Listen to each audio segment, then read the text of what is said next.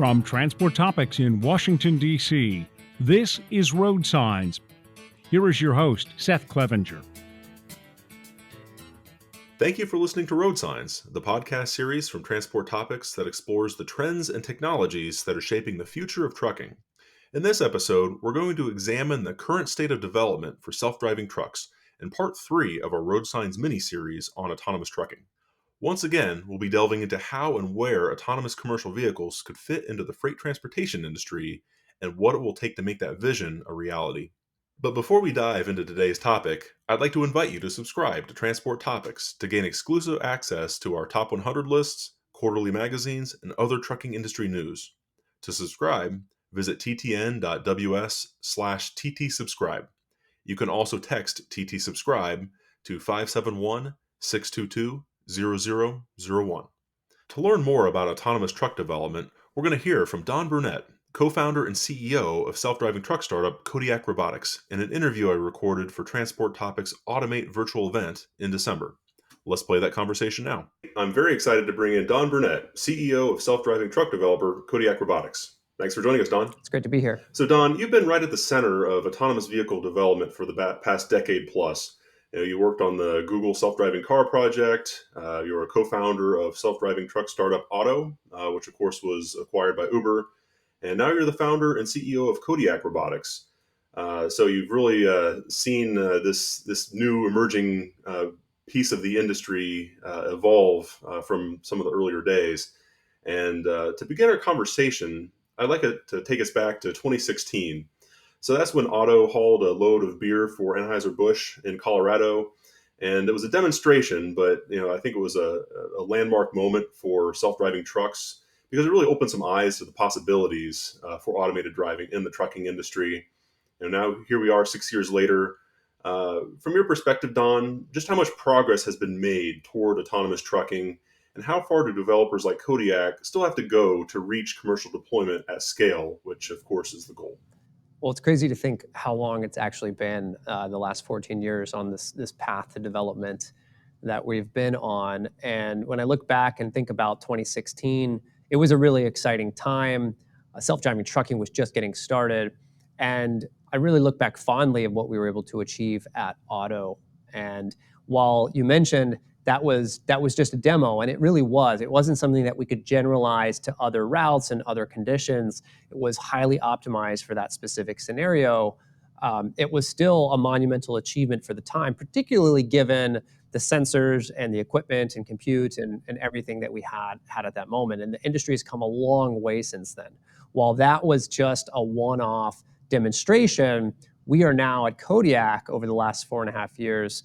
We've been running commercial freight on a day in and day out basis for companies like Werner Enterprises, Siva Logistics, US Express, and others. This is becoming a much more real technology now than it was back in 2016. I mean, that was 6 years ago, and we've made a tremendous amount of advancements on the tech that we use, the sensors we have access to, the compute power, the algorithms, the machine learning and artificial intelligence that's gone into it has really brought this technology from demonstration into daily commercial use. And really where we are now as an industry, or at least where we are at Kodiak, is that we're working on what we call our safety case framework. We're looking to prove that safety case, which is a statistical conclusion that we draw that says we are actually safe enough. We're as safe as a human driver. We can deploy our trucks driverless on the public roads in a real commercial setting. That involves obviously on-road driving, but also a lot of simulation work. So think about millions and millions of miles of driving in simulation, and also closed track testing. It's things like functional safety analysis. It's showing the redundancy exists throughout the system, and that we can always safely handle any circumstance that comes our way. And so, we've come a long way since the days of Otto. Really proud of the work that we did back there, and even more proud of what we've accomplished so far at Kodiak. Yeah, to your point, we've certainly moved well past the initial demonstration phase, and we're really, onto solving all the technical details to fully get this technology ready for commercialization. And you mentioned some of the partnerships we've seen develop. And we've seen a lot of that across this emerging field with AV truck developers forming partnerships with motor carriers, truck manufacturers, other players in the freight transportation industry to really accelerate that testing and development, and to your point, even haul freight. And Kodiak, for one, has formed many such partnerships. You're working with, as you mentioned, U.S. Express, Warner Enterprises, others like IKEA, Tenrose Express. So very large, well-known trucking companies, logistics companies, and large national brands that are interested in being a part of shaping this technology and working on implementing it potentially in the future. So Don, just tell us a little bit more about those pilot programs. How are they paving the way for commercial deployment in the future? Absolutely. We've now been working with commercial partners for over 3.5 years. We've delivered over 2,500 commercial loads using our autonomous technology, and we're operating 24/7 across the southern United States with various partners, as you mentioned. And the important piece of the puzzle here is to understand that technology doesn't get developed in a vacuum. It's really important for us to truly deeply understand the needs and pain points of these carriers who are our eventual customers so that we can build the right technology that integrates into their existing ecosystem. People like to often talk about disruption of markets. This really isn't so much disruption as it is technology slotting in to make the system more efficient, safer, and ultimately more resilient. So part of the benefit of working with these commercial partners is that it gives us a glimpse into their world. They work with us so that we can build the right product for them. But it also puts us to the test in terms of we're moving freight on a schedule for them day in and day out. We don't get to avoid rush hour traffic. We don't get to choose our own windows for pickup and delivery. We have to handle rain. We have to handle all kinds of inclement weather, construction zones. Basically, we have to handle everything that the highway environment throws at us. And that's something that's really, really valuable that you just don't get if you're not out there each day in, day out working in the basically in the commercial market. Sure. And I also want to take a little bit of time to talk about deployment models and business cases for autonomous trucks. I recently put together called a lineup of self-driving truck startups or technology developers that are actively working on this technology, and it's more than a dozen companies, but with different types of operations, different strategies, different ways of applying automation to the trucking industry. I'd say the majority are somewhat similar to Kodiak in that the goal is automating, certain highway routes, right? Longer distances on highways, often in hub-to-hub operations.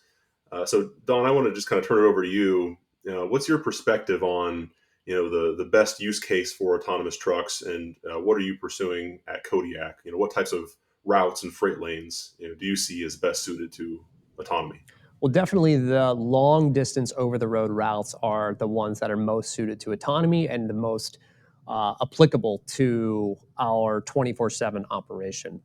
And we are heavily focused on the hub model, the transfer hub model, where the autonomous truck focuses primarily on the highway portion of the driving. And we rely still on human drivers to handle what we call the first and last mile. So think about distribution center to transfer location that's highway adjacent. You change the trailer, swap the load onto an autonomous tractor. That tractor then drives maybe hundreds or even thousands of miles down the road, and you reverse the process on the other side.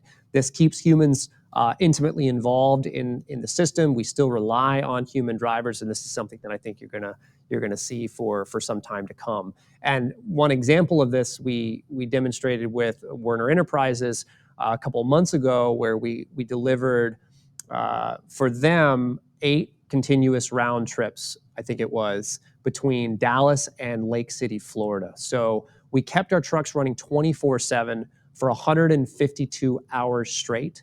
We had 100% on-time delivery rating, and we were not 94% of all of that driving was handled in autonomous mode, which was our first ever time running that route. So it's not like we spent months and months and months perfecting that route. That was literally the first time that our trucks had ever seen that route. And it was over 1 hour of service. We had the Werner drivers with their trucks bring the loads to our facilities that were highway adjacent. We just ran 24/7 back and forth without ever turning off the system. This is a glimpse of the future. This is the kind of reliability. This is the kind of efficiency you're going to see in the future with self-driving that you just can't get with drivers today. Yeah. And just to be perfectly clear on sort of the state of the technology, and the goal, today with the on-road testing and pilot programs, there's a safety driver behind the wheel, usually like a data scientist or an AV specialist on board as well. But the goal is to reach full automation, unmanned vehicles for those hub-to-hub routes, that then at a transfer hub will swap trailers with a manned vehicle, a traditionally human-driven truck for shorter transportation on the front and back end of the overall journey. That's right. We have a safety driver behind the wheel for all of our operations. Sorry, I should have mentioned that and made that explicitly clear.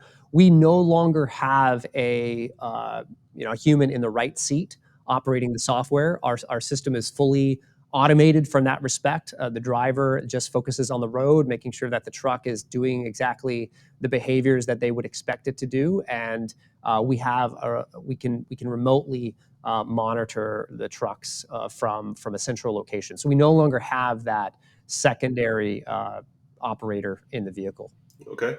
And, much of this on-road testing and the pilot programs we've been referencing, a lot of that has been centered in the Sun Belt. We saw some initial activity, in Arizona, and still it continues there. But, lately it's really been spreading a lot in Texas. It's been kind of emerging as sort of the prime, incubator for this technology, or kind of the first, call it the cradle of autonomous trucking, if you will. Kodiak, for example, was opened a testing and operations facility in the Dallas-Fort Worth area.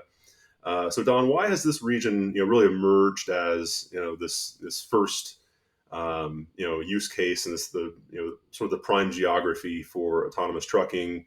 And how do you see it expanding geographically in the future? Kodiak was actually the first AV company to go to Texas way back in 2018, and that's something that we're really proud of. Texas is a great location for a number of reasons. One, it's an incredibly freight-rich state. It has seaports, it has land ports. A lot of the freight that moves across the southern corridor, think about coming in from the East Coast, Atlanta going to LA, or vice versa, coming in from the Pacific going to the East Coast. A lot of that freight runs through Texas, whether that's I-10 or I-20. And so when you look at where does it make sense to set up your testing and operations facility and start to commercially operate, Texas makes a lot of sense. Of course, Texas also has great infrastructure. It has great weather. It has very, very favorable regulatory environment. We met with the regulators at the state level, the local city level, and the DOT and a lot of the other organizations within Texas, and they were very welcoming. They recognize the significance of what self-driving is going to bring to the freight industry from a resiliency perspective, from an efficiency perspective, from an economic perspective. They really wanted to be on the forefront. So they've been very welcoming. We've had a great time setting up operations in Texas. We love Texas, and I think you're seeing now all of our competitors following us to that area.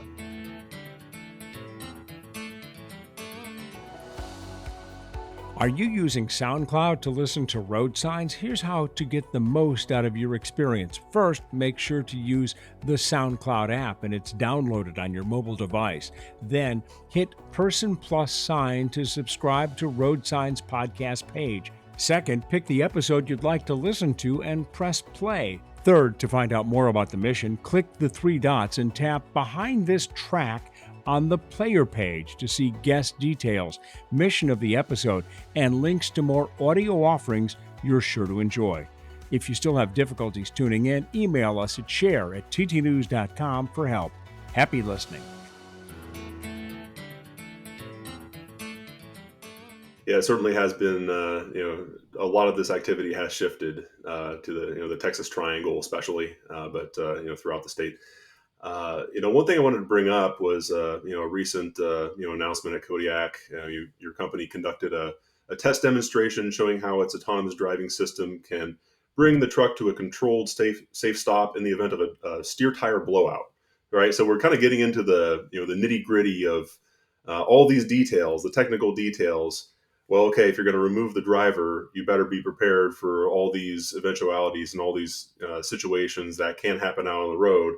And really, maybe it doesn't sound like the most exciting thing on the surface, but I think it's emblematic of how autonomous truck development has advanced beyond simply proving out the concepts, where we started our conversation, to now really addressing those practical details of how to truly make this work in the real world.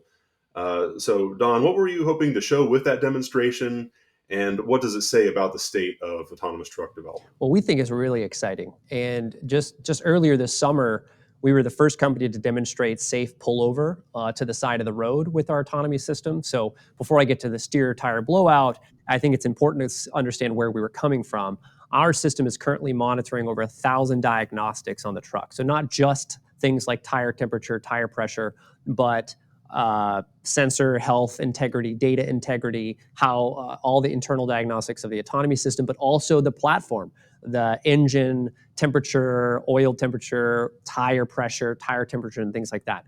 If any one of those values goes outside of allowable bands, our proprietary embedded control system that we call the ACE is able to take over and safely pull that truck over to the side of the road. So we demonstrated that earlier this summer. And of course, the very next question we got was, okay, that's all fine and great when all your tires are functioning, but what happens when you have a tire blowout? And so, of course, that was already on our roadmap and something we had been preparing for and working on for a long time. But what we wanted to demonstrate is that the high fidelity and capability of the autonomy control system was able to handle those critically important situations. Obviously, when a steer tire blows out, it can become a really safety critical situation very quickly. And what we wanted to show is that our control system that we've been developing on the Kodiak driver is able to handle those situations. We not only tested steer tire blowout, but we tested all kinds of other tire pressure degradations. Of course, steer tire being the most important one, and that's really why we demonstrated that publicly in the announcement that we made. But the important takeaway, and what I want everybody to understand, is that our system can react 10 times faster than a human driver in that situation and can immediately apply the inputs needed to keep control of the vehicle, right? So even an alert human for an uninspected event can take over a second to analyze the situation and react. Our truck reacts in less than a tenth of a second. That's what we were able to show. And I think that is really significant, not just for the safety of self-driving vehicles, but for the safety of our roadways in general. And so not only are we able to match performance of the best drivers, I think we're able to really push it to the next level to maintain safety for all motorway users. Yeah. And again, I think it's, all those little details are so important. So, again, I think it shows that, we've come pretty far, even though if we're not at any sort of broad commercialization of the technology, doesn't mean there's been a lot of hasn't been a lot of progress along the way to get to where we are now. uh, Now, whenever we talk about autonomous trucks, I always want to take time to talk about what the technology will mean for professional truck drivers. I think that's an important part of the conversation. To me, I think it's pretty clear that human truck drivers are going to be essential for the foreseeable future. Not all truck routes and freight types and business operations are going to be well suited to automation.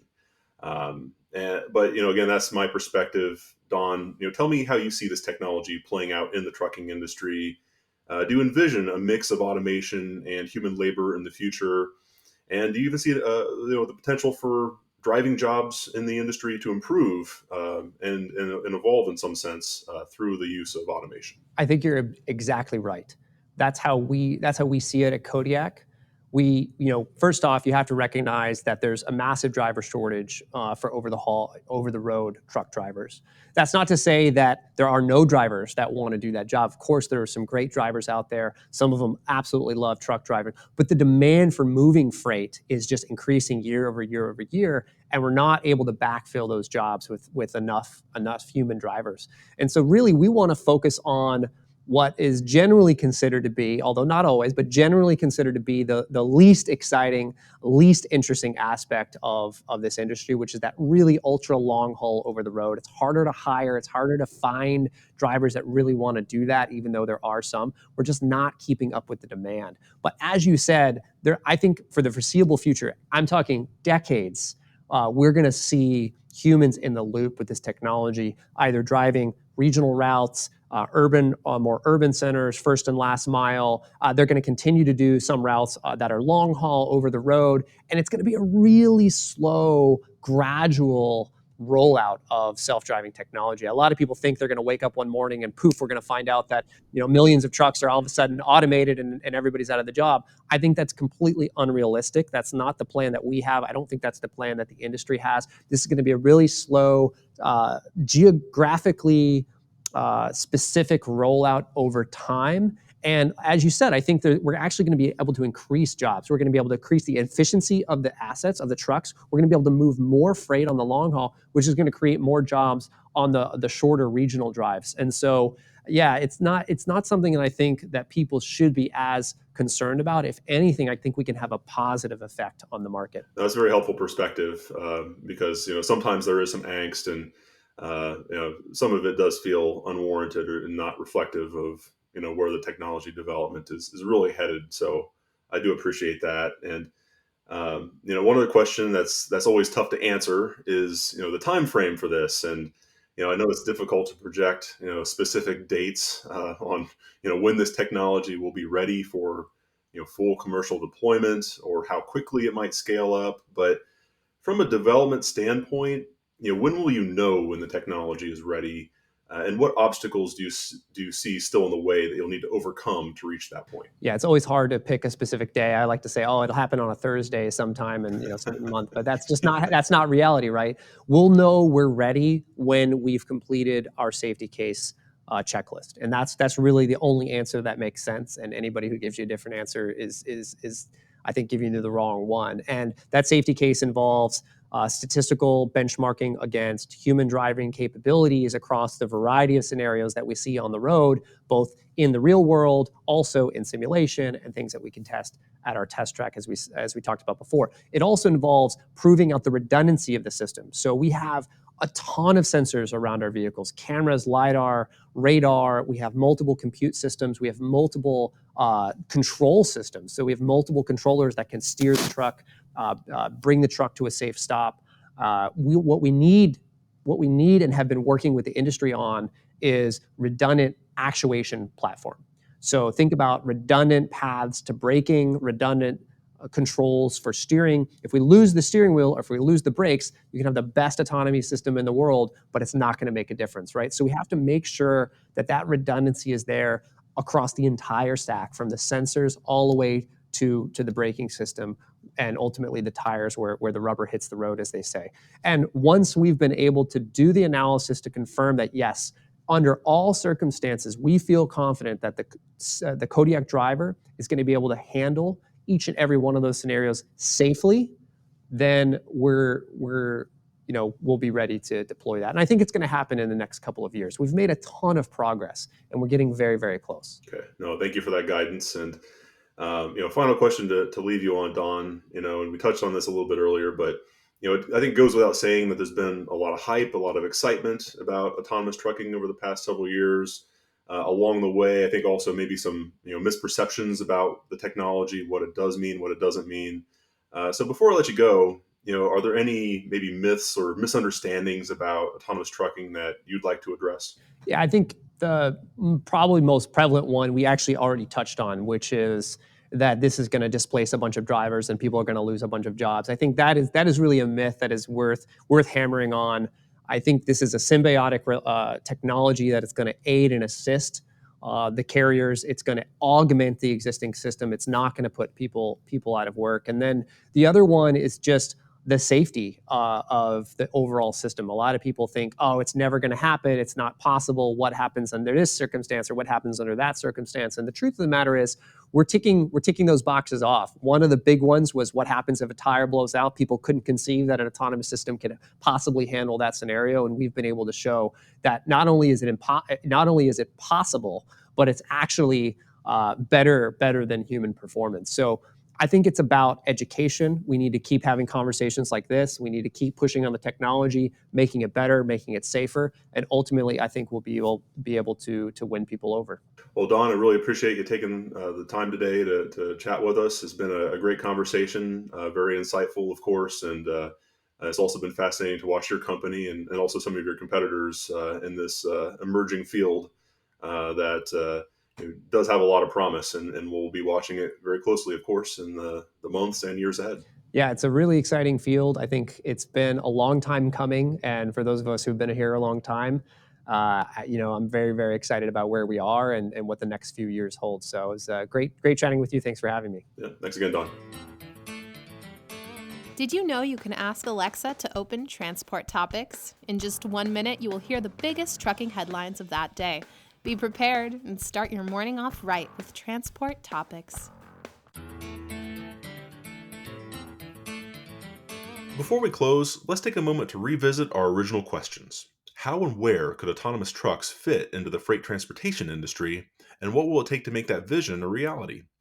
As we've heard during this episode, autonomous truck developers continue to make progress toward commercialization by partnering with truck makers, fleet operators, and other industry stakeholders. That work is laying the foundation for commercial deployment at scale in the years ahead, particularly in applications such as hub-to-hub routes that are well suited to automation. And looking ahead to trucking's future, it's becoming easier to see how those types of deployments could potentially support the trucking industry's workforce by gradually shifting some driver jobs toward regional and local routes that provide more home time than long-haul jobs. If you've enjoyed this episode of Road Signs, please let others know. Rate and review us on Apple Podcasts, Spotify, and wherever you listen to podcasts. If my questions have sparked questions of your own, share them with me and the Road Signs team at share@ttnews.com. Also, let us know how we did by texting TT Survey to 571-622-0001. And of course, we'll be back in 2 weeks with a fresh episode of Road Signs. Until then, I'm Seth Clevenger. Thank you for listening.